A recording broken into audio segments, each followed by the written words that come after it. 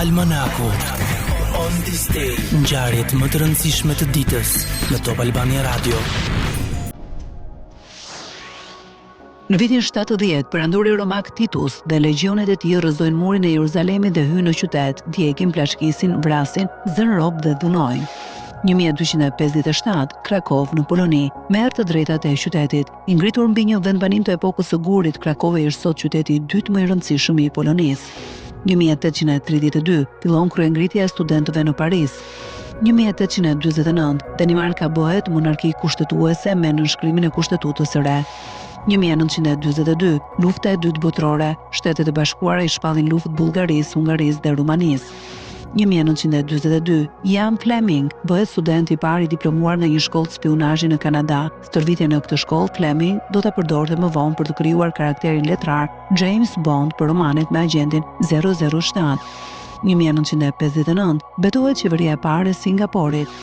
1947, Plani Marshall, në një fjalim në Universitetin e Harvardit, Boston, SBA, sekretari i shtetit George Marshall bën thirrje për ndihmë ekonomike në Evropën e shkatruar nga lufta. 1967, lufta e 6 ditëshe. Izraeli fillon papritur sulme ndaj fushave ushtarake të aviacionit të Egjiptit në përgjigje të mobilizimit të forcave egjiptiane në kufirin izraelit.